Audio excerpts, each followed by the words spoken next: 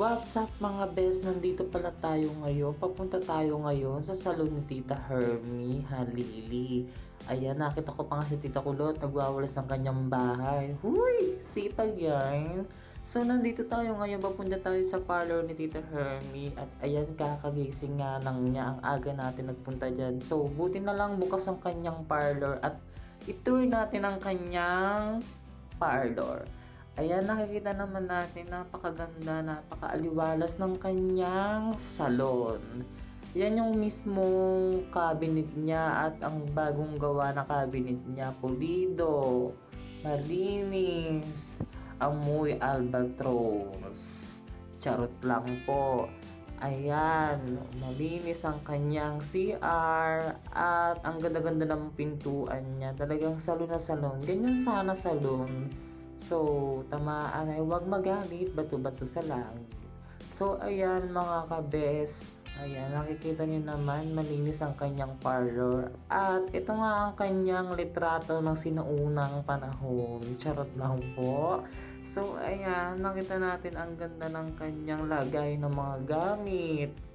O, diba? Diyan nilalagay yung kanyang mga kape, tinapay, at iba pang kagamitan. So, ayan mga best. Diyan ko natutunan yung sa parlor, yung mga hindi ko naranasan noon. Pero may na-experience na rin ako sa parlor doon mismo sa Cavite. Na kung saan doon ako nag-start mag-parlor kay Queen Sabrina Salon. So, aakitan na natin ang kanyang parlor. At ito nga, bago natin akitin, silipin muna natin ang kanyang CR. Malinis ang kanyang CR, amoy albatros. Albatros. Huy! Sana all mabango ang CR. O diba? Nakita nyo naman, parang CR ng Dinosaur Land. Charot lang po. Ayan.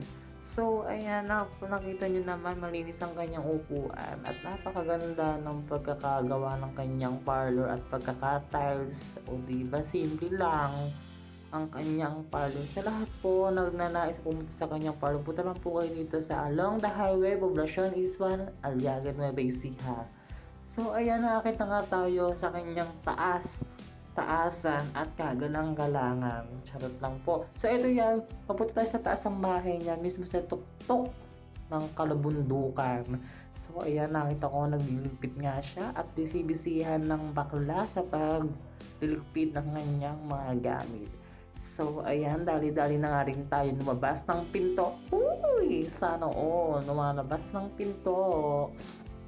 O, diba, nakita nyo naman. Diyan kami mismo tumatambay kapag meron kaming banding mga friends, mga barkada, minom kami, diyan kami nagiinom. Huy, hindi kami minom ng alak ha, baka isipin nyo. Kung baga minom lang kami coffee, ganyan, like juice.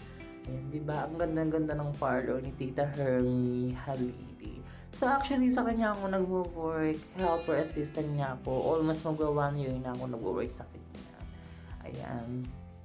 Nakita nyo naman, diba? Pwede tayong tumalon yun. Huy! Gusto nyo mamatay tayo. So, ayan. Ang ganda ng paligid ng kanyang tahanan. So, bali, parlor ito. So, dun niya nilagay yung tulugan niya sa taas. Second floor to. Ay, dali-dali na rin tayo papasok sa loob na mismong pinanggalingan ng kanyang nanay. Charot lang po. Ayan.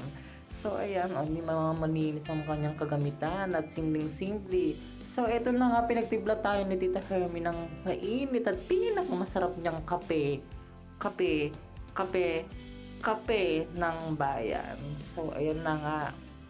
O, diba? May patinapay pa si Madam Hermie Halili. So, ay hanggang dito na lang. Bye!